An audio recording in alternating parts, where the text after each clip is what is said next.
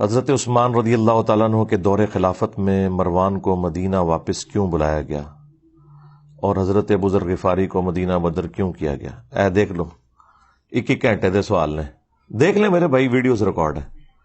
اور کیا جب حضرت عثمان نے اپنے رشتہ داروں کو حکومتی عہدے دیے اس وقت ملوکیت کی بنیاد نہیں رکھ دی گئی تھی؟ دیکھیں، وہ اس طرح کے جو ڈیسیژن حضرت عثمان کے وہ ملوکیت کی طرف لے جانے والے تو بن گئے بعد میں، تو ظاہر ہے جب بھی ڈاؤن فال شروع ہوتا ہے تو اچانک نہیں ہوتا، گریجولی ہوتا ہے، یہ نیچرل ہے، اچانک کچھ بھی نہیں تبدیلی آتی۔ اس کو سپورٹیو حدیث ہے نا ابو داؤد اور ترمذی کے اندر کہ نبی صلی اللہ علیہ وآلہ وسلم نے خواب دیکھا تھا اور اس خواب کے بعد آپ بہت پریشان ہو گئے تھے۔ خواب آپ نے یہ دیکھا کہ آسمان سے ایک ترازو اتری ہے، یہ میں نے اپنے کربلا والے ریسرچ پیپر میں بھی خواب ڈالا ہوا ہے، اور اس ترازو میں سیدنا ابو بکر اور حضرت عمر کو تولا گیا۔ پہلے نبی الاسلام اور حضرت ابو بکر تھے، نبی الاسلام کا پلڑا بھاری تھا، پھر سیدنا ابو بکر اور سیدنا عمر کو تولا گیا، حضرت ابو بکر کا پلڑا بھاری تھا، اس کے بعد پھر سیدنا عمر اور عثمان کو تولا گیا تو حضرت عمر کا پلڑا بھاری تھا، پھر وہ ترازو اوپر اٹھا لی گئی۔ تو اس حدیث میں یعنی موجود ہے کہ نبی الاسلام اس خواب سے پریشان ہوئے، اور ساتھ حدیث کے اندر یہ درج ہے کہ نبی الاسلام کو یہ اشارہ دیا گیا تھا کہ آپ کے بعد خلافت بتدریج ملوکیت میں بدل جائے گی۔ یعنی حضرت عثمان غنی رضی اللہ تعالیٰ عنہ کے مبارک دور سے پہلے معاملات بڑے صحیح چلیں گے۔ حضرت عمر فاروق رضی اللہ تعالیٰ عنہ کی مینجمنٹ آپ کو پتہ ہے کتنی سٹرونگ تھی، اس لیے ان کا پلڑا بھاری رہا اور پھر وہ میزان اٹھا لیا گیا۔ اس حدیث کو سپورٹیو حدیث بخاری مسلم کے اندر بھی موجود ہے،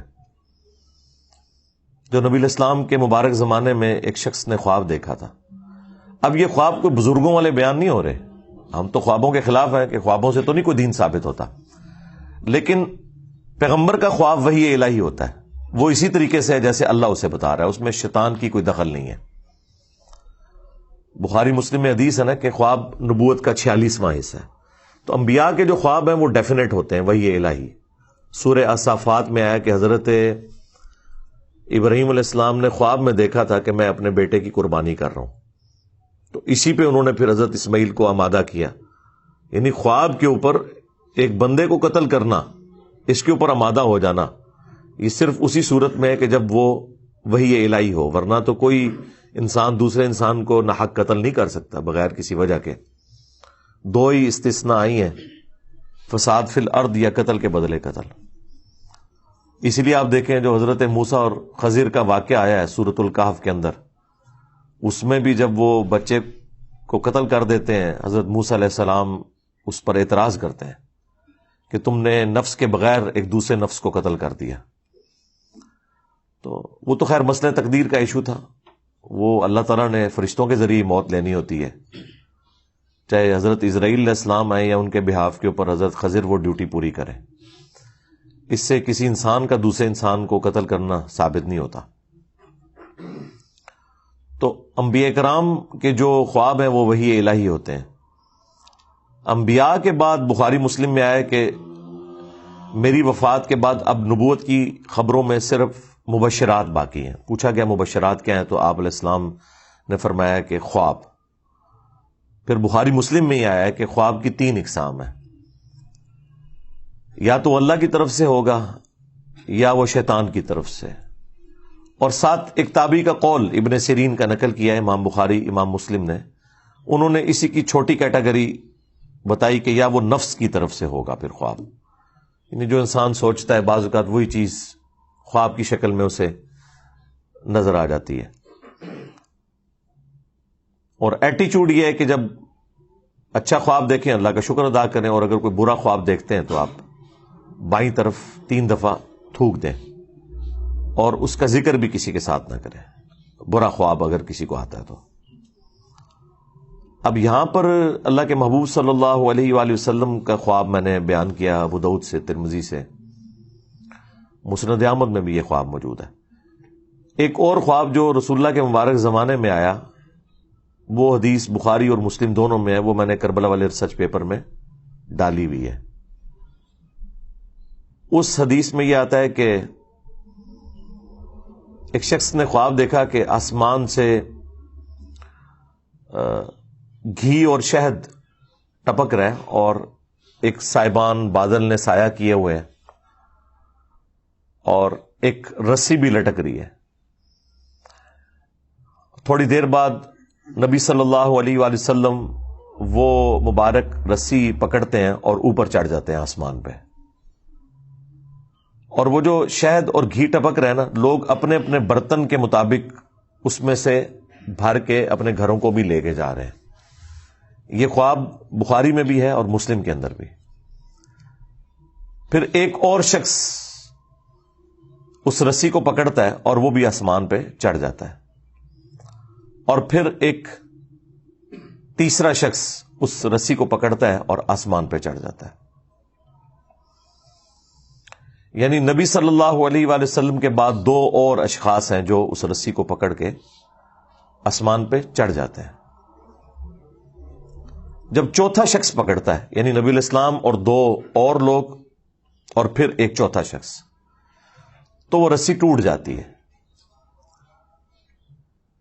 پھر حدیث کے الفاظ ہیں کہ اس شخص نے خواب میں دیکھا کہ وہ رسی دوبارہ سے اس شخص کے لیے جوڑ دی جاتی ہے اور وہ شخص بھی اوپر چڑھ جاتا ہے۔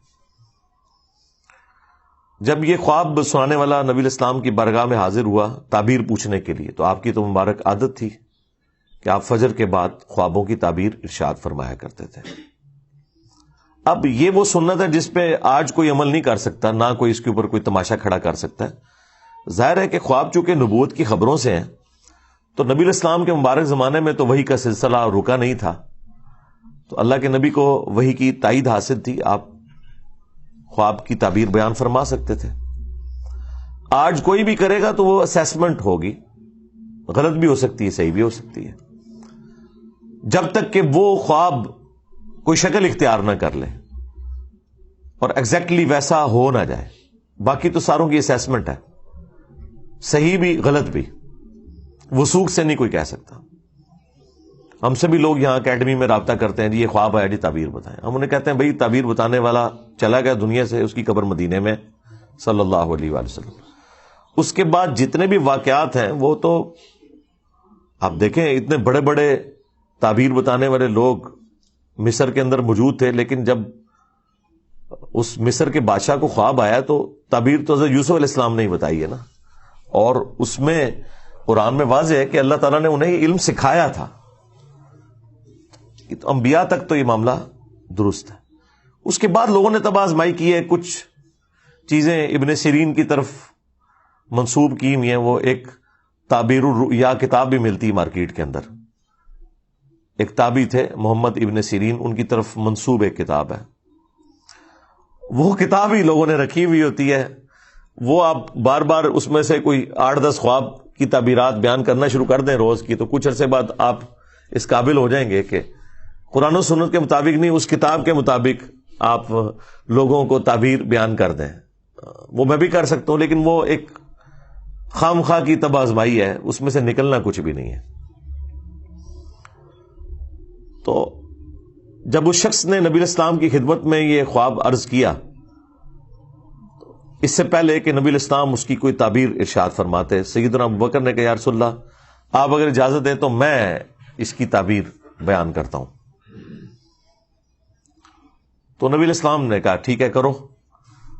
تو انہوں نے کہا کہ یہ جو ایک سائبان ہے اور گھی اور شہد ٹپک رہا ہے، یہ بیسیکلی اللہ تعالیٰ کی طرف سے مخلوق کے لیے اسلام کا ایک سایہ ہے، اور یہ وحی کی تعلیمات ہیں، قرآن حکیم کی تعلیمات ہیں جو آسمان سے نازل ہو رہی ہیں، اور لوگ اپنے اپنے ظرف کے مطابق اس میں سے حاصل کر رہے ہیں۔ وہ شہد اور گھی کی جو مثال ہے، اور یہ سلسلہ جاری رہے گا یہاں تک کہ آپ صلی اللہ علیہ وآلہ وسلم اللہ تعالیٰ کے پاس چلے جائیں گے. یعنی وہ رسی سے جو نبی علیہ السلام کو اوپر چڑھتے ہوئے دیکھا تو یعنی آپ علیہ السلام کو موت آ جائے گی, آپ اللہ کے پاس چلے جائیں گے, اور آپ کے بعد ایک اور شخص اس سسٹم کو سنبھالے گا. لیکن خواب دیکھنے والے نے اس کی شکل نہیں دیکھی تھی اس خواب میں, بس ایک بندہ ہی اس نے دیکھا تھا کہ کوئی ہے, بیک سائڈ سے دیکھا ہوگا. ظاہر اللہ تعالیٰ نے جتنا نبی علیہ السلام کا تو اسے پتا چل گیا کہ نبی علیہ السلام اوپر چڑھ گئے, لیکن دوسرا بندہ کون تھا وہ خواب میں اس بندے نے نہیں دیکھا ہوا تھا. تو ایک اور شخص اس مسند پہ بیٹھے گا, وہ بھی اوپر چڑھ جائے گا.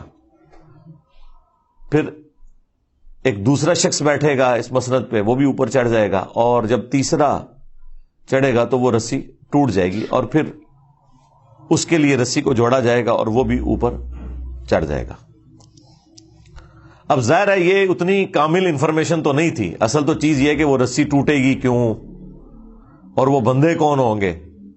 اب یہ سیدنا ابوبکر کو تو علم غیب تو نہیں تھا کہ وہ کون ہے, تو انہوں نے اپنی اسیسمنٹ کے مطابق تشریح کر دی. تو پھر رسول اللہ سے پوچھا کہ میں نے کیا تشریح صحیح کی ہے, تو آپ نے فرمایا کہ کچھ تعبیر ٹھیک کی ہے, کچھ غلط کی ہے. تو پھر حضرت ابوبکر نے کہا یا رسول اللہ آپ اس کی پھر صحیح تعبیر بیان کریں.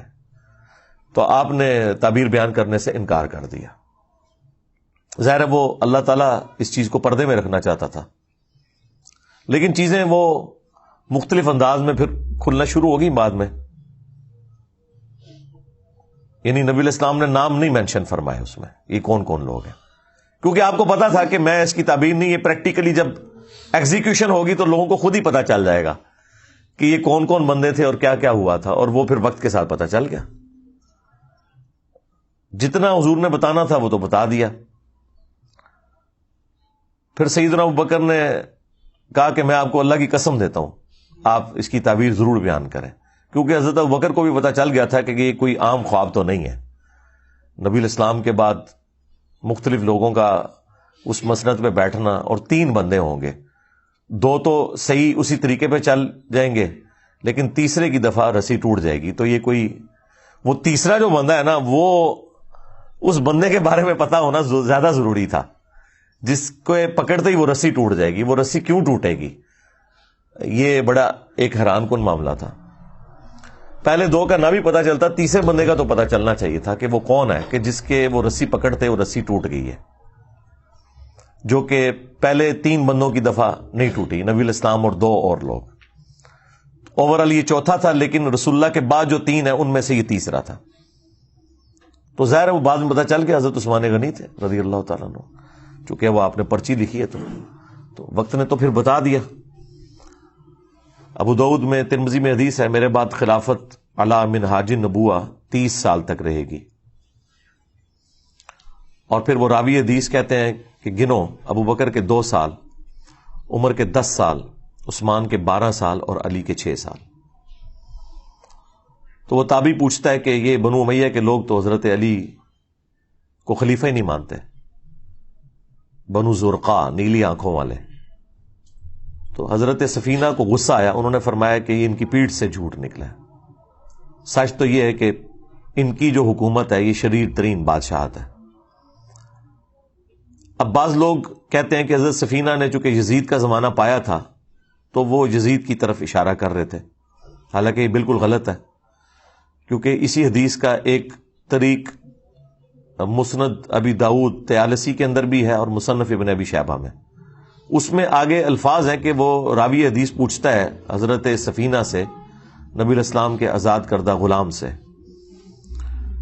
کہ اگر خلافت 30 سال تک ہے تو حضرت معاویہ کا اسٹیٹس کیا ہے, ڈائریکٹ نام لے کے.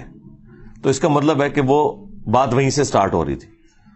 تو حضرت سفینہ نے فرمایا کہ معاویہ مسلمانوں کے پہلے بادشاہ ہیں, یعنی وہ خلیفہ راشد نہیں ہے, نہ خلیفہ ہے نہ خلیفہ راشد ہے, وہ بادشاہ ہیں.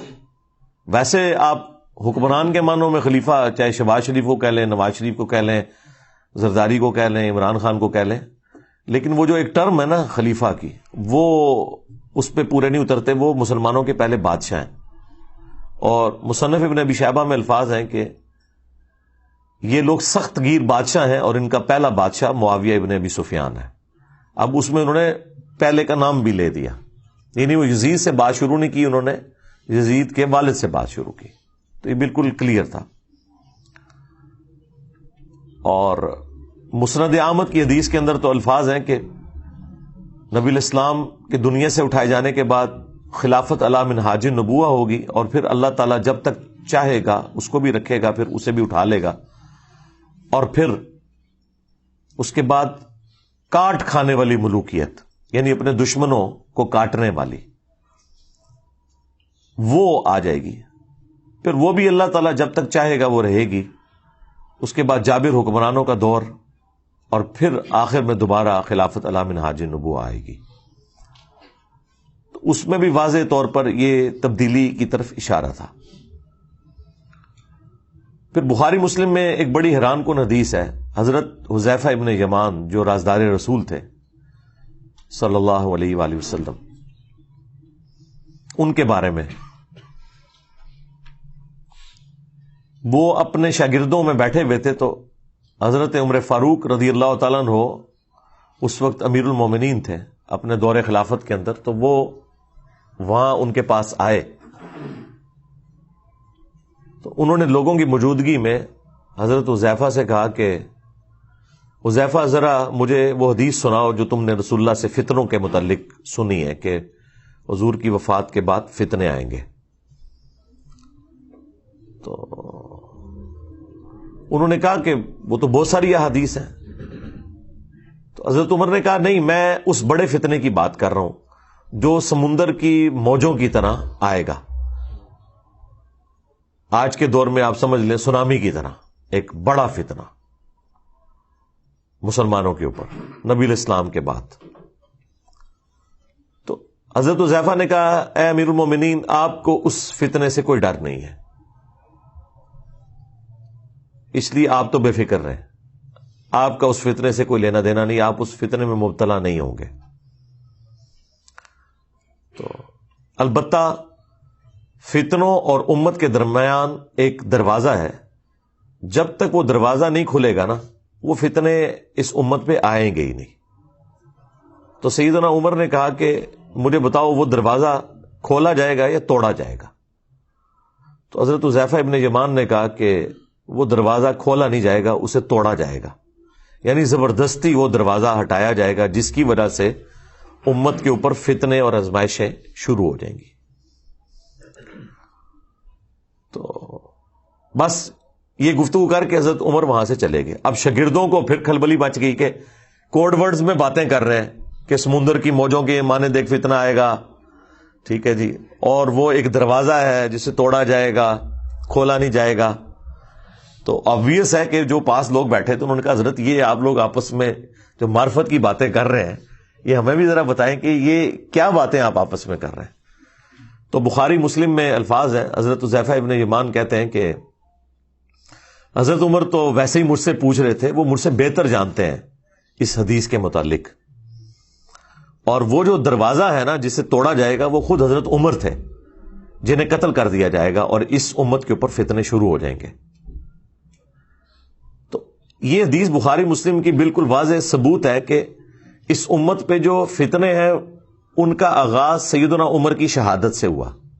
یعنی حضرت عمر کے مبارک دور تک مینجمنٹ اتنی سٹرونگ تھی کہ کہیں سے فتنہ داخل نہیں ہو سکا، اور حضرت عمر کی شہادت کے بعد امت میں فتنے شروع ہو گئے. اس لیے وہ مولانا اسحاق صاحب صحیح فرمایا کرتے تھے رحمہ اللہ تعالی کہ حضرت ابو بکر اور عمر کی جو خلافتیں ہیں یہ خلافت محفوظہ ہے، یعنی اسپیشل پروٹیکشن ہے اللہ تعالی کی طرف سے. اور حضرت عثمان اور حضرت علی کی جو خلافتیں ہیں یہ خلافت مفتونہ ہے، یعنی فتنوں کا دور ہے. یعنی خلیفہ برے نہیں تھے، لیکن بہرحال زمانے میں ایسا تغیر لوگوں کے اعتبار سے آ گیا کہ وہ خلافت مفتونہ بن گئی، فتنوں کا دور بن گیا. اب آپ دیکھیں کتنا بڑا ظلم ہے. جو لوگ بھی اس ٹاپک کے اوپر بولتے ہیں نا، چونکہ انہوں نے بنو امیہ کا دفاع کرنا ہوتا ہے تو آپ دیکھیں گے یہ جتنے بنو امیہ کی چاکری کرنے والے لوگ ہیں، خواہ وہ مکاری سے کر رہے ہوں جس طرح علماء دیوبند ہیں، علماء وہابیہ ہیں اہل حدیث، یا علماء بریلویہ، چاہے اپنے بھول پان میں کر رہے ہوں جس طرح کے ڈاکٹر اسرار صاحب، یہ دونوں بنو امیہ پہ پردہ ڈالنے کے لیے ہمیشہ کہتے ہیں کہ مسلمانوں پہ فتنوں کا آغاز حضرت عثمان کی شہادت تھی، تاکہ وہ کربلا کا رخ کسی اور طرف موڑ دیں۔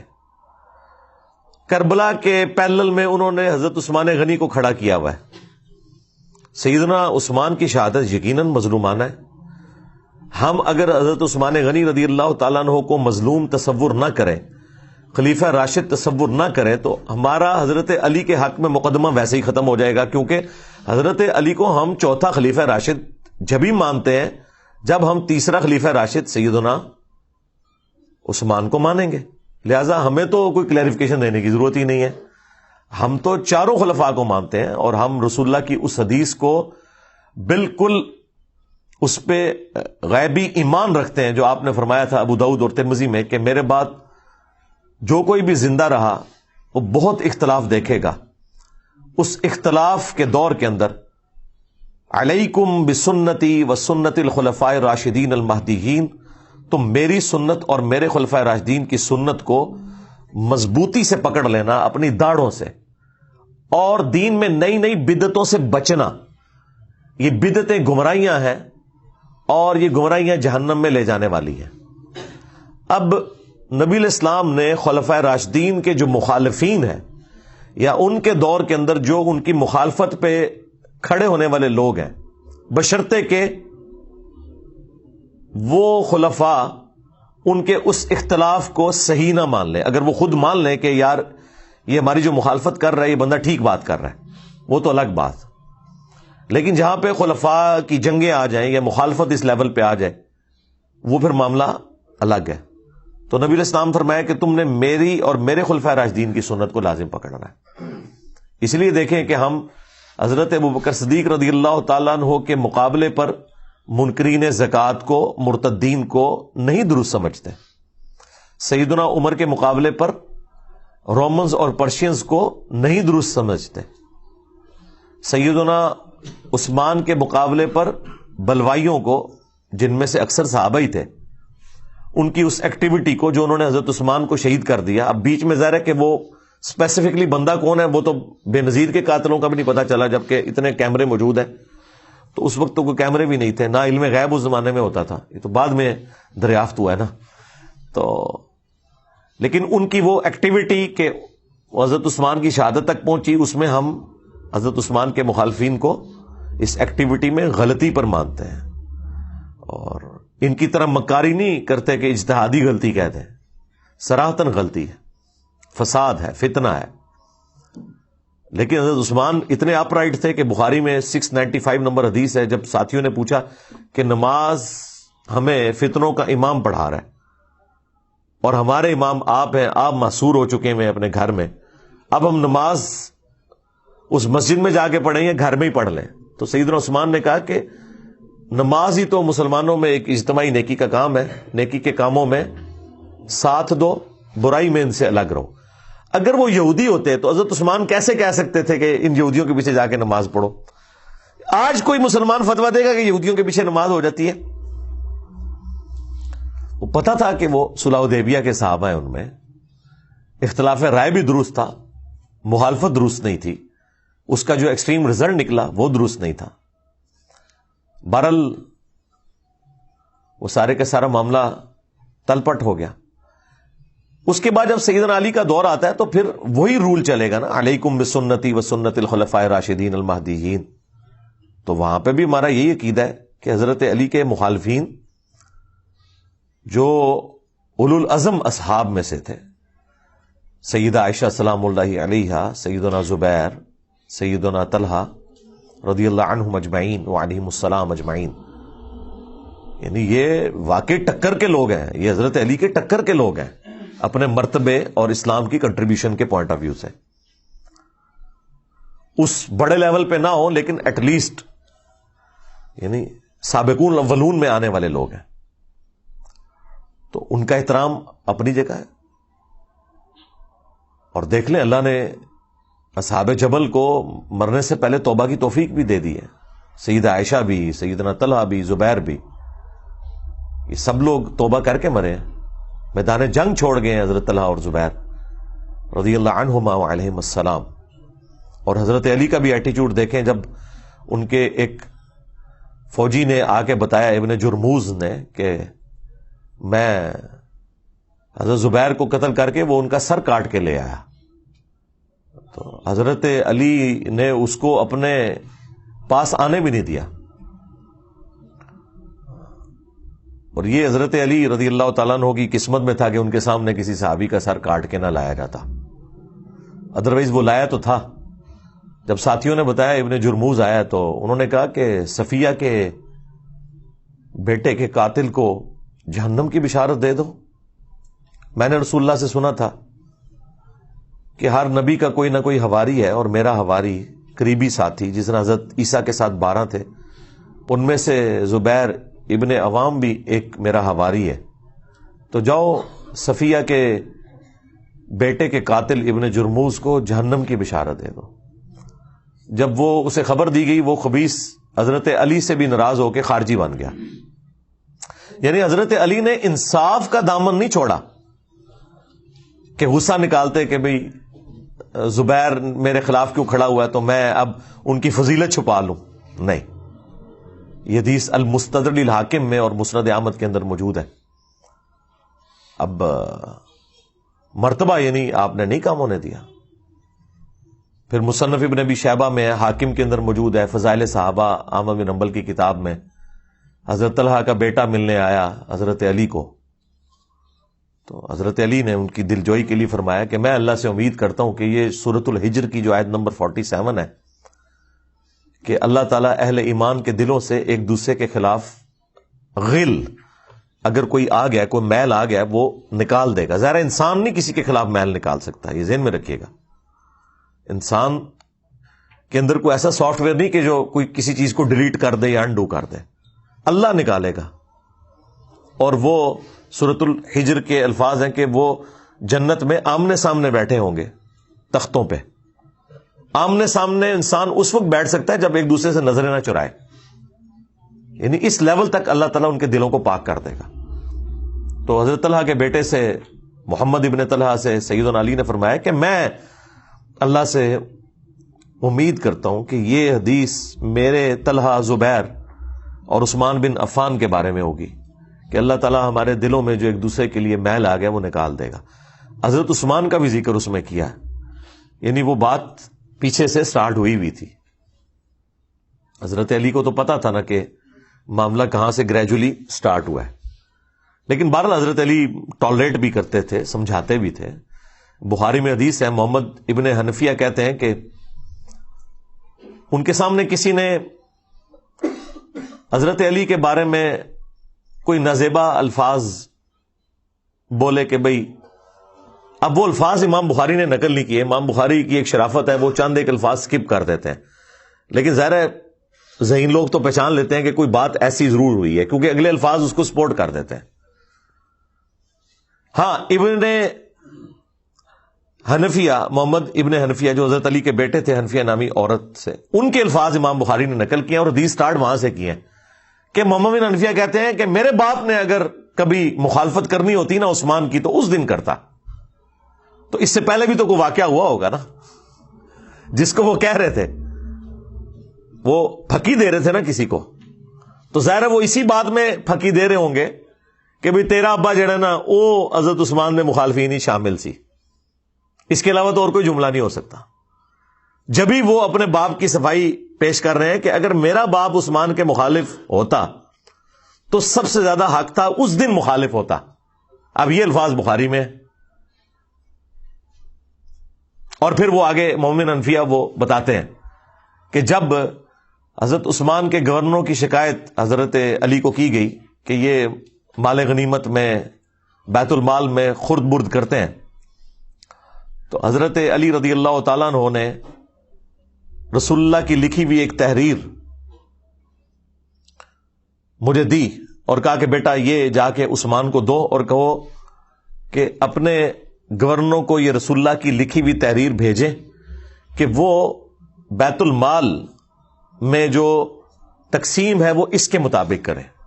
یہ حدیث بخاری میں ہے, یہ کوئی کہانی شریف نہیں ہے ناسبیوں کی لکھی ہوئی, یہ بخاری شریف ہے. کم از کم 2 طرق تو آئے ہیں اس کے بخاری میں. میں نے کربلا ریسرچ پیپر میں یہ حدیث بھی ڈالی ہوئی ہے حضرت عثمان کی شہادت کے اسباب میں. آپ مومن انفیہ وہ تحریر لے کے پہنچتے ہیں اور کہتے ہیں یہ رسول اللہ کی تحریر ہے. اب سیدنا عثمان پتہ نہیں کس موڈ میں بیٹھے ہوئے تھے, انہوں نے کہا کہ ہمیں اس تحریر کی حاجت نہیں ہے, اسے لے جاؤ. اب آج کوئی ہمیں بتائے کہ یہ حضور کی لکھوائی ہوئی تحریر ہے, آپ نے اس کے مطابق چلنا ہے, ہم تو اسے چوم کے آنکھوں سے لگائیں گے.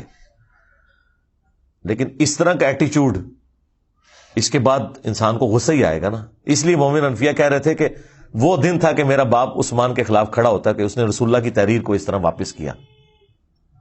اچھا, اب سنیوں کو پتا ہے یہ سیدھی سیدھی حدیث جو ہے وہ ایک چارج شیٹ بن جائے گی, تو انہوں نے بریکٹ میں پتا کیا لکھا ہے, حضرت عثمان کے پاس کی فوٹو کاپی موجود تھی اس لیے انہوں نے کہا کہ آپ لے جائیں, میرے پاس پہلے ہی موجود ہے.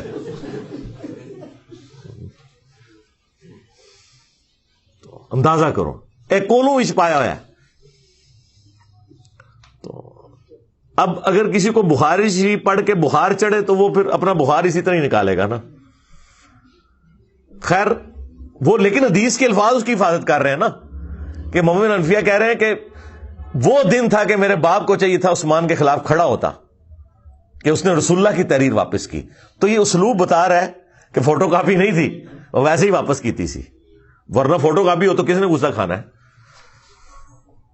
پتہ نہیں سعودی والے نے کوئی فوٹو کاپی مشین لوا کے دیتی اسی مسجد نبوی سے اردو. تو حضرت علی کو وہ کہتے ہیں جب میں نے آ کے بتایا کہ ابا جی یہ حضرت عثمان نے واپس کر دی ہے, تو حضرت علی نے کوئی غصہ نہیں کھایا. انہوں نے کہا یہ تحریر جو ہے نا وہ اسی جگہ رکھ دو, اسی تاکچے میں جہاں سے تم نے اٹھائی ہے, یہاں پہ حدیث مکمل ہو جاتی بخاری کی.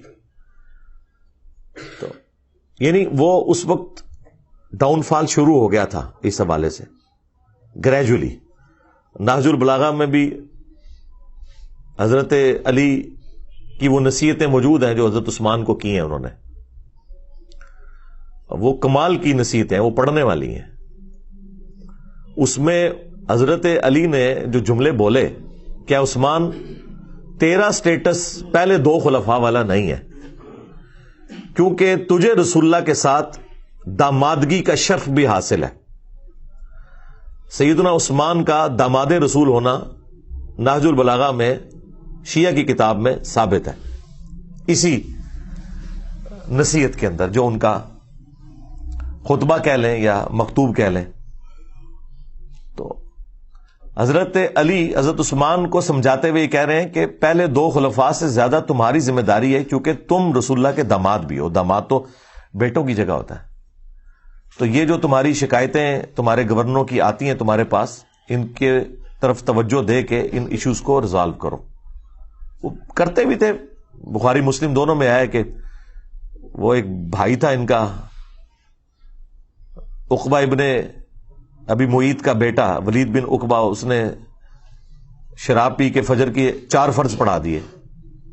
بخاری میں بھی ہے مسلم میں بھی ہے, حضرت عثمان والے چیپٹر میں ہے بخاری کے اندر, اور مسلم میں شراب کی حرمت والے چیپٹر میں, اور مسلم میں پورا وہ واقعہ تفصیل کے ساتھ ہے. جب وہ سلام پھیر کے فارغ ہوا تو لوگوں نے کہا کہ یہ تو نماز تو نے ٹھیک نہیں پڑھائی ہے. تو اس نے کہا اگر کم پڑھا دی ہے تو میں اور پڑھا دینا, حالانکہ پہلے ہی انہیں 2 فالتو پڑھائی ہیں سر.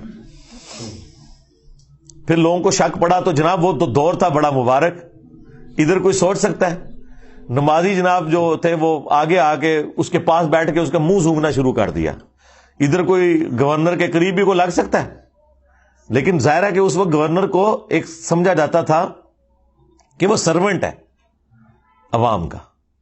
یہ تو آج حکمرانی کا کانسیپٹ ہے نا, ادھر تو خلیفۃ المسلمین بھی اکاؤنٹیبل ہوتا تھا عوام کو, تو گورنر تو شاہی کوئی نہیں.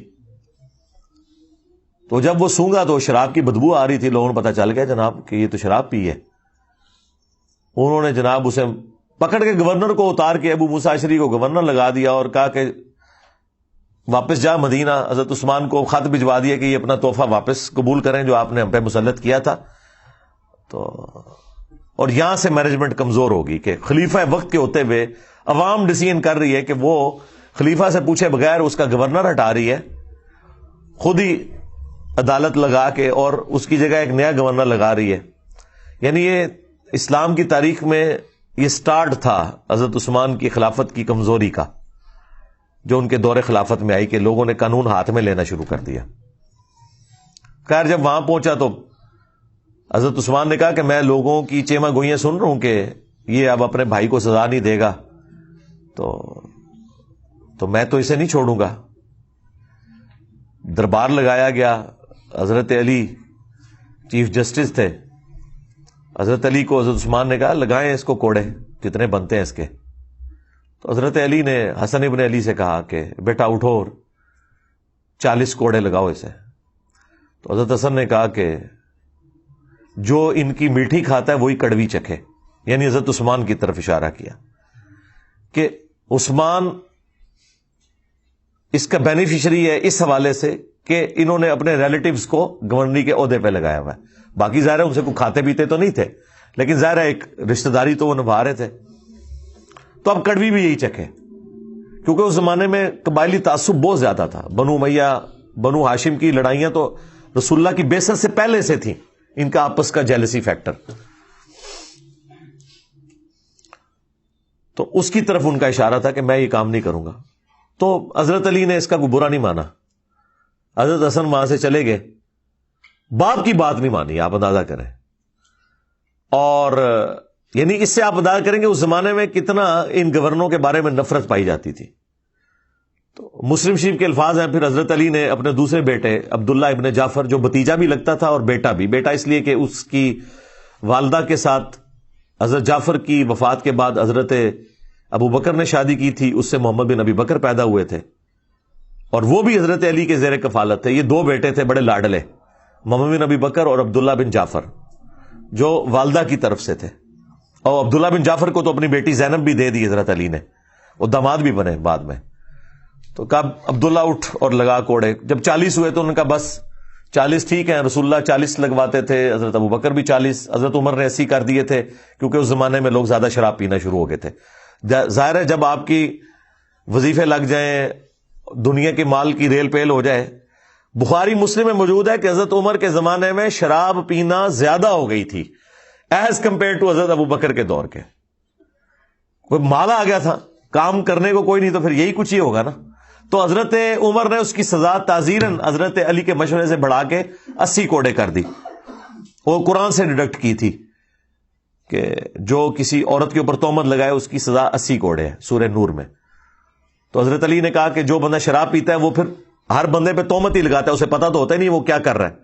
تو 80 کوڑوں کی سزا مقرر کی گئی. یہاں پہ بھی حضرت علی نے 80 کوڑے لگوا سکتے تھے حضرت عمر کی سنت پہ عمل کرتے ہوئے، لیکن کہا بس 40 بہت ہے، ٹھیک ہے، معافی کر دی. بالوں نے کہا نہیں 40 ہی ٹھیک ہے، مجھے دونوں پسند ہیں. اس سے آپ کو ذرا تھوڑا اس چیز کا اندازہ ہو جائے گا اس زمانے کے اندر جو معاملات چل رہے تھے. تو بیسیکلی یہ سارا کام بنو امیہ کے گورنروں کی وجہ سے بگڑا، جس کی وجہ سے حضرت عثمان بھی پھر شہید ہو گئے. تو اس لیے امت کا پہلا فتنہ جو ہے وہ حضرت عمر کی شہادت ہے، اور امت کا آخری بڑا فتنہ حضرت حسین کی شہادت ہے. ہاں، لیکن یہ جتنے ناصبی ہیں یا ناصبی نواز ہیں یا متاثرین ناصبیت ہیں، وہ کہتے ہیں پہلا فتنہ حضرت عثمان کی شہادت ہے اور آخری فتنہ واقعہ کربلا ہے. کیونکہ اگر آپ وہاں سے سٹارٹ کرتے ہیں پھر آپ کو بات نہیں سمجھ آئے گی. وہ مولانا صاحب کہتے ہیں پیچھے ٹرو، پیچھے، تو پیچھو ٹرنا پڑے گا. تو وہ پیچھے آپ جائیں گے تو پھر یہ چیزیں ہیں. اس لیے میں نے ایک ویڈیو بھی ریکارڈ ہوئی ہے حضرت عثمان شہید کیوں ہوئے، اس میں اور بھی کافی ساری احادیث ہیں. اب میں اس پہ بولوں فی البدی تو آدھا گھنٹہ 1 گھنٹہ اور لگ جائے گا، چونکہ وہ سوال آپ نے پہلا ایسا رکھا ہے. آج چونکہ اسپیشل کوئی کوشچن بھی نہیں تھا تو میں نے کہا اسے اسپیشل بناؤں اور اس پہ میں تھوڑا بولوں کہ تاکہ آپ کو آئیڈیا ہو. اور یہ حضرت عثمان کی جو شفقت والا ایلیمنٹ ہے نا، یہ صحابہ کو پہلے سے پتا تھا کہ ان کے اندر یہ موجود ہے جو آپ نے لکھ کے بھیجا نا کہ وہ مروان کو واپس بلا لیا. بالکل یہ المعجم الکبیر طبرانی میں موجود ہے. مروان کا والد جو تھا حکم، یہ رسول اللہ کی نقلیں اتارا کرتا تھا. ان دونوں باپ بیٹا کو حضور نے مدینہ بدر کر دیا. حضرت ابوبکر کے دور میں حضرت عثمان نے بڑی کوشش کی کہ واپس آ جائے، تو حضرت ابوبکر نے کہا جو گرا رسول اللہ نے لگائی ہے وہ میں نہیں کھول سکتا. تو حضرت عمر نے بھی نہیں واپس آنے دیا. حضرت عثمان جب خلیفہ بنے تو وہ واپس لے آئے. بس وہ اس پہ ہی میں جملہ بولتا ہوں کہ ہتھاں لائیاں ہوئی ہیں پھر دنداں نال کھولنیاں پیندیاں نے. جو گرا آپ ہاتھ سے لگاتے ہیں پھر وہ دانتوں سے کھلتی ہے. وہی مروان حضرت عثمان کی شہادت کا سبب بھی بن گیا، جسے حضرت ابوبکر عمر نے بھی حضور کی وجہ سے انٹر نہیں ہونے دیا تھا مدینے میں. اپنی بیٹی بھی دے دی، اسے داماد بنا لیا. اپنی طرح سے تو نیکی کی کہ شاید یہ انسان کا بچہ بن جائے. اور یہ پورے اخلاص کے ساتھ سیدنا عثمان نے کیا، کوئی بدنیتی نہیں تھی. دیکھیں ایک بندے کا پورا ٹریک ریکارڈ ہے جس کی پوری زندگی قربانیوں سے عبارت ہو، کسی ایک خاص موقع پہ جا کے وہ کچھ مس ہینڈلنگ کر دے. یہ امپلائیڈ ہوتا ہے کہ وہ مس ہینڈلنگ کو آپ نے اس کی پوری زندگی کے کریکٹر میں سمجھنا ہے، نہ کہ یہ کہ اس ایک مس ہینڈلنگ کی بنیاد پہ آپ اس کی اسلام کے لیے خدمات کو زیرو سے ملٹیپلائی کرتے ہیں. یہ رافضی کرتے ہیں کہ وہ حضرت عثمان کے چند ڈیسیژنز کو لے کے ان کی پوری زندگی کو اس سے زیرو سے ملٹیپلائی کرتے ہیں. ہم پوری قربانیاں ان کی دیکھتے ہوئے یہاں پہ مس ہینڈلنگ کو سمجھتے ہیں کہ یہ ان کی شفقت کا ایک ایلیمنٹ تھا. اور میں اس کو پرسنلی خود سمجھ سکتا ہوں، میرے اندر بھی یہ والا ایلیمنٹ ہے کہ میں ٹالریٹ بہت زیادہ کرتا ہوں. اس کی وجہ سے بعض اوقات اپنے اسٹوڈنٹس کی گالیاں بھی کھانی پڑتی ہیں. لیکن میری کوشش ہوتی ہے اگر کسی کو ڈھیل دی ہے نا، این ممکن ہے کہ وہ پلٹ آئے اگر اس کے اندر کوئی آپ سمجھ لیں حق کا مادہ موجود ہے. لیکن اس کے باوجود اگر وہ بار بار اس طرح کی وہ ایکٹیویٹی پرفارم کرے، پھر میں ظاہر ہے کہ صرف نظر نہیں کرتا، پھر میں حضرت عمر کی طرح سخت ہو جاتا ہوں. لیکن پہلے حضرت عثمان والی نرمی میرے اندر موجود ہوتی ہے اپنے ہر اس اسٹوڈنٹ کے لیے جس کے لیے میں چاہتا ہوں کہ یار اس کے اندر کوئی اصلاح کا معاملہ ہو سکتا ہے. اب مجھے وہ تفصیلات بتانے کی ضرورت نہیں، نہ عام بندوں کو اس کی ضرورت ہے، وہ ہمارے مینیجریل ایشوز ہوتے ہیں. لیکن جب ونس مجھے کلیئر ہو جائے نا، کرسٹل کلیئر، پھر میں حضرت عثمان والا ایٹیچیوڈ نہیں کرتا. شروع میں رکھتا ہوں، بعد میں پھر حضرت عمر والا ایٹیچیوڈ. سیدھی سی بات ہے، پھر والی بات نہیں ہوگی. تو یہ مروان ہی پھر اسی نے مور لگائی تھی، آپ کو پتا ہے. محمد بن ابی بکر اور 300 ساتھیوں کے قتل کا فتویٰ لکھ دیا تھا جب مصر کے گورنر کی شکایت آئی تھی. تو حضرت عثمان نے تو یہ لکھوایا تھا کہ وہ گورنر معذور اور محمد بن ابی بکر گورنر، اور مروان نے خط میں لکھا کہ جیسے یہ پہنچے ان ساروں کو قتل کر دو، اور خط لادہ سے حضرت عثمان کی مور لگا کے بھیج دیا. وہ تو راستے میں جب وہ ایک گھوڑ سوار جا رہا تھا تو محمد بن ابی بکر کی نظر پڑ گئی، وہ بڑے شارپ تھے. انہیں کہا ہے کام پہ ہے ساڈے نال، منو نہ منو،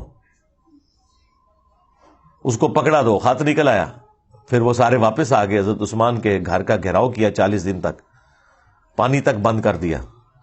تو وہ غصہ تو وہ صحیح نکال رہے تھے، لیکن جو ایکٹیویٹی پرفارم کر دی وہ بہت ایکسٹریم تھی. اور دوسری طرف حضرت عثمان کی بھی شرافت ہے کہ انہوں نے اپنی حق میں کوئی تلوار کسی کو نہیں اٹھانے دی. ان کو تو اندازہ نہیں تھا کہ یہ پروٹیسٹ جو ہے اس لیول تک چلا جائے گا. اور وہ جو گورنر تھا مصر کا عبداللہ بن سعد ابی سرا، وہ بھی حضرت عثمان کا بھائی لگتا تھا رشتے میں. اور یہ وہی تھا جو کاتب وہی مرتد ہو گیا ہوا تھا. سنن نسائی اور ابو داؤد میں حدیث ہے. اور حضور نے 4 بندوں کے لیے فرمایا تھا کہ یہ غلاف کعبہ میں بھی چھپے ہونا، انہیں قتل کر دینا ہے. یہ بھی لحاظ نہیں کرنا کہ غلاف کعبہ کے اندر ہے کہ کعبے کی حرمت ہے، ان کے لیے حرمت بھی اٹھ جائے گی. ان میں سے ایک بندہ تھا، حضرت عثمان نے اسے اپنے گھر چھپا لیا. سنن نسائی میں ابو داؤد میں، یہ میں نے کربلا والے ریسرچ پیپر میں ڈالا ہوا ہے سب کچھ. اللہ کے حضور کے سامنے پروڈیوس کر دیا، کہا یا رسول اللہ میرے کہنے پہ اسے معاف کر دیں. اب یہ تو بنتا ہی نہیں تھا. جب اللہ کے نبی کا حکم آ گیا تو وہ تو سب سے اوپر ہے. اب حضور کو غصہ تو آیا، ناراضگی تو ہی، آپ نے اپنا چہرہ انور پھیر لیا. حضور کے غصے کا اظہار بس اتنا ہی ہوتا تھا، اور یہ بہت بڑی بات ہوتی تھی آپ چہرہ انور پھیر لیں. حضرت عثمان دوسری طرح سے آئے، یا رسول اللہ میرے کہنے پہ معاف کرتے. ٹھیک ہے، 3 دفعہ ریکویسٹ کی، آپ چہرہ پھیرتے رہے. 4تھی دفعہ حضور نے کہا چلو ٹھیک ہے. وہ جب حضرت عثمان اس کو لے کے خوشی خوشی وہاں سے نکل گئے، حضور نے فرمایا تم میں سے کوئی ایک بھی ایسا نہیں تھا جو اسے قتل کر دیتا؟ جب تم دیکھ رہے ہو کہ میں اپنا چہرہ انور پھیر رہا ہوں تو تم اس کا مطلب نہیں سمجھ رہے تھے کہ اس کو نہیں چھوڑنا؟ کاتب وحی تھا. کاتب وحی مرتد ہونے کا مطلب ہے کہ حضور کی نبوت کو چیلنج کیا اس نے کہ یہ نعوذ باللہ من ذالک یہ سب کچھ فراڈ چل رہا ہے. جس طرح بخاری مسلم میں ہے کہ ایک کاتب وحی کہتا تھا کہ محمد کو تو کچھ پتا نہیں، جو میں لکھ دیتا ہوں وہی قرآن ہوتا ہے. تو حضور کو اتنا غصہ ہے، آپ نے فرمایا یہ مر گیا، زمین اسے قبول نہیں کرے گی. بخاری مسلم کے الفاظ ہیں، اس کو دفناتے تھے، زمین اٹھا کے پرے پھینکتی تھی. یہ معجزہ لوگوں نے دیکھا اور لوگوں میں مشہور ہوا کہ شاید یہ رات کے وقت حضور کے ساتھی اسے نکال کے باہر پھینک دیتے ہیں. انہوں نے بہت گہری قبر کھودی، پہرا دیا، پھر لاش صبح باہر پڑی ہوئی تھی. پھر ان کو پتا چل گیا کہ بھائی یہ اس نے حضور کی نبوت کے اوپر ہاتھ ڈالا ہے. یہ ہونا ضروری تھا کیونکہ قرآن کے اوپر ہی تو سارا ایک معاملہ چل رہا تھا. اگر قرآن ہی ڈاؤٹ فل ہوتا ہے تو پھر نبی علیہ السلام کی نبوت تو سٹیک پہ لگ جانی تھی. وہ بھی کاتب وحی تھا اور اس نے سورہ آل عمران، سورہ بقرہ حضور سے پڑھی ہوئی تھی. یہ لوگ کاتب وحی کو فضیلت کے طور پہ پیش کر رہے ہوتے ہیں. دو کا تو میں نے آپ کو حال بتا دیا. ایک مرتد ہو کے مرا اور لاش اس کی باہر نکل آئی، اور دوسرے کو حضور نے کہا یہ غلاف کعبہ میں چھپا اسے قتل کر دینا، عبداللہ بن سعد ابی سرا. تو حضور نے فرمایا کہ جب تم دیکھ رہے ہو کہ میں چہرہ اقدس پھیر رہا ہوں تو اسے مار کیوں نہیں دیا تم نے؟ تو صحابہ نے کہا یا رسول اللہ آپ ایک دفعہ ہمیں آنکھ سے یوں کر کے اشارہ کر دیتے نا تو ہم اسے نہ چھوڑتے. آپ نے فرمایا نبی کے لیے شایع نہیں کہ وہ آنکھ سے اشارہ کرے. نبی کے اخلاق اتنے بلند درجے کے ہیں کہ وہ اس طرح کا معاملہ نہیں کر سکتا کہ وہ آنکھوں سے اشارے کرے. ٹھیک ہے، یعنی بڑے کلین سلیٹ لوگ ہوتے ہیں انبیاء. ان کے اندر مکاری، چلاکی، ہوشیاری، عقل مندی ہوتی ہے، لیکن یہ والی حرکتیں نہیں ہوتی ہیں کیونکہ ان کے سٹیٹس کا تقاضا ہے. بس وہی پھر آپ دیکھ لیں اسی کی وجہ سے پھر وہ پورا معاملہ تلپٹ ہو گیا. لیکن بہرحال جب حضرت معاویہ رضی اللہ تعالیٰ عنہ خلیفہ بنے یا بادشاہ بنے، اس وقت بھی عبداللہ بن سعد ابی سرا یہ زندہ تھا، لیکن یہ حضرت معاویہ کے ساتھ پھر نہیں ہوا. اللہ نے اس کی کوئی نیکی قبول کر لی، آخری زندگی اس کی بڑی اچھی گزری ہے. یہ اس کو پوری گیم سمجھ آ گئی تھی کہ یہ سارے کا سارا جال جو بنا گیا نا یہ بنو امیہ نے حکومت کے لیے کیا، تو یہ پھر گمنامی میں پھر مرا ہے. یہ سب کچھ چھوڑ کے چلا گیا تھا. تو باقی ہم تو رضی اللہ تعالیٰ عنہ ہی کہتے ہیں، ظاہر نبی الاسلام کی رسپیکٹ کی وجہ سے. تو اسی لیے مولانا مودودی رحمہ اللہ نے خلافت و ملوکیت میں یہ ساری چیزیں بڑی تفصیل کے ساتھ ڈسکس کی ہیں، اور ہم نے وہ مقدمہ احادیث سے ثابت کیا. یہ سب کچھ احادیث کے اندر لکھا ہے. ابھی نئی خلافت و ملوکیت پرنٹ ہو کے آئی ہے، اس میں تخریج بھی ہوئی ہے. جہاں احادیث کے حوالے تھے وہ بھی انہوں نے لگائے ہیں. جہاں اہل سنت کی جو بڑی بڑی صحابہ پہ کتابیں ہیں نا، الاستیاب ابن عبد البر کی، ابن اثیر کی اسود الغابہ، اس کی شرح ابن حجر کی الاصابہ، وہ سارے ریفرنسز لگائے ہیں. تاریخ طبری کے، ابن کثیر کے، بخاری مسلم، ابو داؤد ترمذی نسائی ابن ماجہ میں جو چیزیں موجود تھیں وہ بھی وہ پوری نئی پرنٹ ہو کے آ گئی ہے، بڑی اچھی. تو بڑی تفصیل کے ساتھ مولانا مودودی نے سٹیپ وائز ان سارے ایشوز کو اس میں نقل کیا کہ کس طریقے سے یہ ڈاؤن فال چلتا گیا. اور اس کا ذکر اگلی الہامی کتابوں میں موجود تھا. اسی پہ میں کنکلوڈ کرتا ہوں، پھر بقیہ سوالات لیتے ہیں. ابو داؤد میں ایک حدیث ہے کہ حضرت عمر نے اپنے دور خلافت کے اندر ایک پادری کے پاس بھیجا اپنے خادم کو اور کہا کہ اس سے پوچھو کہ تمہاری کتابوں کے اندر میرے بارے میں کیا لکھا ہوا ہے. تو اس پادری کو جب بلا کے لائے وہ، تو حضرت عمر نے جب پوچھا تو انہوں نے کہا کہ ایک آہنی دیوار ہیں آپ، لوہے کی طرح. وہی جو بخاری مسلم میں الفاظ ہیں کہ میری امت اور فتنوں کے درمیان دروازہ عمر ہے، جب تک یہ دروازہ ہے نا فتنے نہیں شروع ہوں گے. تو یعنی وہ جیسا یہ کہتے ہیں نا بزرگان سامنے ہے سب کچھ، تو وہ حضرت عمر وہ بزرگ تھے جنہوں نے روحانی طور پہ نہیں اپنی مینیجریل سکلز کی وجہ سے فتنوں کو دبایا ہوا تھا. ٹالرنس تو زیرو تھی نا جناب, بالکل. تو آپ نے فرمایا میرے بعد جو خلیفہ بنے گا اس کے بارے میں تمہاری کتابوں میں کیا ہے؟ تو اس پادری نے کہا کہ بڑا نیک خلیفہ ہوگا سوائے ایک چیز کے کہ وہ اپنے رشتہ داروں کو نوازے گا, یعنی یہ اس کے اندر ایک کمزوری ہوگی. حضرت عمر کی زبان سے فی البدی یہ الفاظ نکل گئے, خدا عثمان پر رحم کرے. ہمارے عثمان بھائی بھی جب کوئی اس طرح کی حرکت کرے تو میں کہتا ہوں خدا عثمان پہ رحم کرے. ان کو سمجھ آ جاتی ہے کہ میں کیا کہہ رہا ہوں. تو بعض لوگ کہتے ہیں حضرت عمر کا علم غیب تھا. وہ علم غیب نہیں تھا, ان کے دماغ میں ایک پلان تھا کہ میں 6 بندوں کو کمیٹی کی شکل میں رکھوں گا. ان میں حضرت عثمان بھی تھے, ظاہر ہے, بخاری کے الفاظ ہیں, مسلم میں بھی حدیث موجود ہے, بخاری میں تو نام ہے علی, عثمان, طلحہ, زبیر, عبد الرحمن بن عوف اور سعد بن ابی وقاص کہ نبی علیہ السلام اپنی وفات تک ان سے راضی رہے. وہ عشرۃ مبشرۃ میں سے یہ 6 بندے بچے ہوئے تھے. ایک 7ویں بھی تھے سعید ابن زید, چونکہ وہ بہنوئی تھے اس لیے حضرت عمر نے ان کا نام ذکر نہیں کیا کہ میرے ساتھ رشتہ داری ہے تو اس کو تو میں نکالوں گا. ورنہ آپ نے کرائٹیریا یہ بنایا کہ ان سے رسول اللہ اپنی وفات تک راضی تھے. یہ وہ 10 صحابہ جنہیں جنت کی بشارت ملی, ان میں سے وہ 6 اس وقت زندہ تھے, 7ویں زندہ تھے لیکن وہ رشتہ داری کی وجہ سے ان کو چھوڑ دیا. اور مسلم میں تو الفاظ ہیں کہ حضرت عمر نے خواب دیکھا تھا, ایک مرغے نے انہیں خواب میں ٹھونگ ماری ہے آخری حج کے موقع پہ. انہوں نے کہا مجھے لگتا ہے کہ اب میں نہیں بچوں گا, تو پھر انہوں نے خطبہ دیا. انہوں نے کہا کہ اگر میں اچانک مار دیا جاؤں نا تو تم نے 6 بندوں کے سوا کسی کو خلیفہ نہیں چننا. مسلم میں وہ 6 بندوں کے نام نہیں تھے, بخاری میں وہ 6 آ گئے. یعنی وہ شروع سے حضرت عمر کے دماغ میں پلان تھا. بخاری میں تو ہے کہ زخم لگا اور جب ڈاکٹر نے کہا آپ نہیں بچیں گے تب 6 بندوں کے نام لیے. لیکن مسلم میں تو آپ بالکل ٹھیک تھے, حج کے موقع پہ بھی آپ نے جب خواب دیکھا تو اس وقت بھی کہا کہ 6 بندے, اور صحابہ کو پتا تھا وہ کن 6 بندوں کا کہہ رہے ہیں.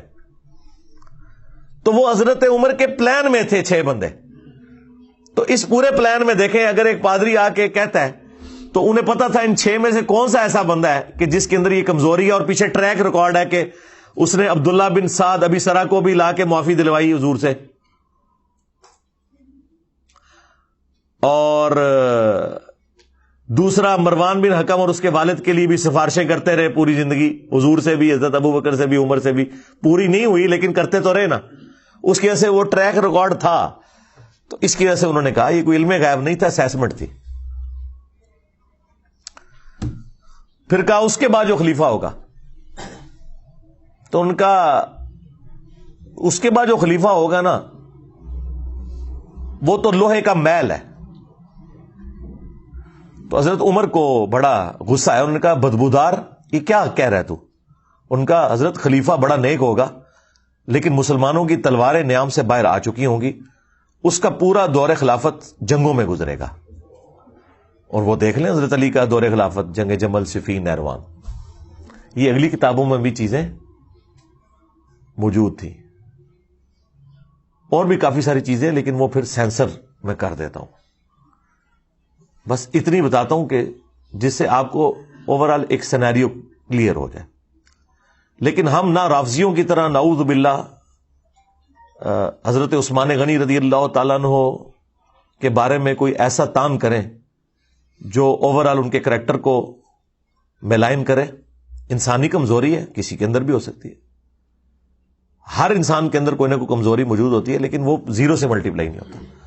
اور نہ ہم ناصبیوں کی طرح کہ ہم حضرت عثمان کے پیچھے بنو امیہ کو چھپائیں. حضرت عثمان یا عمر بن عبد العزیز یہ بنو امیہ میں ویسے ہی ہیں جیسے آل فرعون میں موسیٰ, اس اعتبار سے کہ اس خاندان میں ہوتے ہوئے بھی یہ بڑے العزم لوگ ہیں جن کی اسلام کے لیے خدمات ہیں, اور ان کی خدمات کی وجہ سے جن باقی لوگوں نے اسلام کو نقصان پہنچایا یا خلافت کو نقصان پہنچایا وہ اس کے پیچھے چھپ نہیں سکتے. یہ 2 ایکسٹریمز ہو جاتی ہیں. باقی میری تفصیلی ویڈیوز موجود ہیں, اور ریٹن میں بھی میں نے کربلا والے ریسرچ پیپر میں 200 احادیث ان تمام ٹاپکس پہ سیدنا عمر کی شہادت سے لے کے کربلا تک وہ جمع کیے ہیں. وہ ہر ایک بھائی کو ریسرچ پیپر اور بقیہ کے 8 ریسرچ پیپر اور 3 اذکار کارڈ، یہ 12 کا پیکج ہم فری دیتے ہیں لیکچر کے اینڈ کے اوپر. اور پوری دنیا سے لوگ رابطہ کر سکتے ہیں یہاں، لیکن ایڈریس پاکستان کا دینا ہوگا. تو ہم فری بھجواتے ہیں، صرف ٹی سی ایس کا 500 کا خرچہ آتا ہے ہمارا، باقی ہم دیتے فری ہیں. وہ آپ منگوا سکتے ہیں 032159000162. صبح 9 سے شام 5 بجے تک یہ فون کھلا ہوتا ہے، آپ رابطہ کر سکتے ہیں. اس پہ واٹس ایپ بھی بنا ہوا ہے، تو وہ آپ کو ریسرچ پیپرز فری بھجوا دیں گے. تو وہ آپ پڑھیں اور P D F download کر لیں ahlsunnatpak.com سے.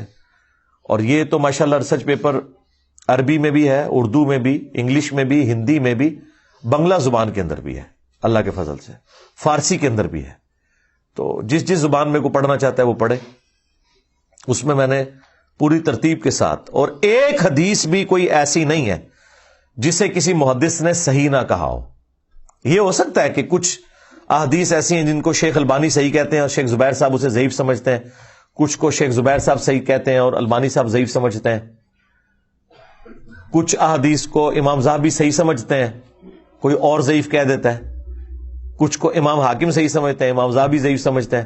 لیکن تحقیم میں نے ساتھ لکھی ہوئی ہے کہ فلاں محدث کے نزدیک یہ حدیث صحیح ہے. پرانے محدثین کی بھی تحقیم لگائی ہوئی ہے، امام ترمذی کی، امام حاکم کی، امام زاہبی کی. اور اس زمانے میں بھی جو بڑے بڑے 3 محدثین گزرے ہیں، تینوں ہی فوت ہو چکے ہیں، شیخ البانی، شیخ زبیر لیزئی اور شعیب ارناؤت رحمہم اللہ اجمعین. اور دور حاضر میں سلیم اسد صاحب ہیں، ہمارے جیلم شہر میں اہل حدیث کے بہت بڑے محقق، شیخ غلام مصطفیٰ ظہیر صاحب امن پوری، ان کی بھی تحقیق میں نے لگائی ہوئی ہے. تو جو بڑے بڑے، چونکہ وہ شیخ زبیر صاحب کے شاگرد ہیں، انہی کے اصول کے مطابق وہ تحقیم کرتے ہیں. ان کے اصول کیا ہیں؟ وہ محدثین کے اصول ہیں. تو بہرحال یہ سارے کے سارے معاملات میں نے ایک جگہ ریسرچ پیپر میں جمع کیے ہوئے ہیں. اور آج دیکھیں میں نے پوری گفتگو غامدی اور تار جمیل سٹائل میں کی ہے، تاکہ کوئی یہ گھلا نہ کرے کہ انجینئر صاحب بڑی سخت زبان استعمال کرتے ہیں. تو دیکھیں میں نے یہ سارے ٹاپک آپ کو آرام سے بھی سمجھا دیے. جنہوں نے سمجھنے ہوں گے وہ اسے بھی سمجھ لیں گے، جنہوں نے نہیں سمجھنے وہ اس سے بھی نہیں سمجھیں گے، کیونکہ ان کا مسئلہ کچھ اور ہے. تو مسئلہ یہ نہیں ہے کہ لہجہ سخت ہے یا نرم ہے، مسئلہ یہ ہے کہ بات کے اندر وزن ہے یا نہیں، اس کے اوپر ایمفسائز ہونا چاہیے. صلو علی محمد و آل محمد، اللہم صلی علی محمد و علی آل محمد و اصحاب محمد و ازواج محمد اجمعین الی یوم الدین، آمین.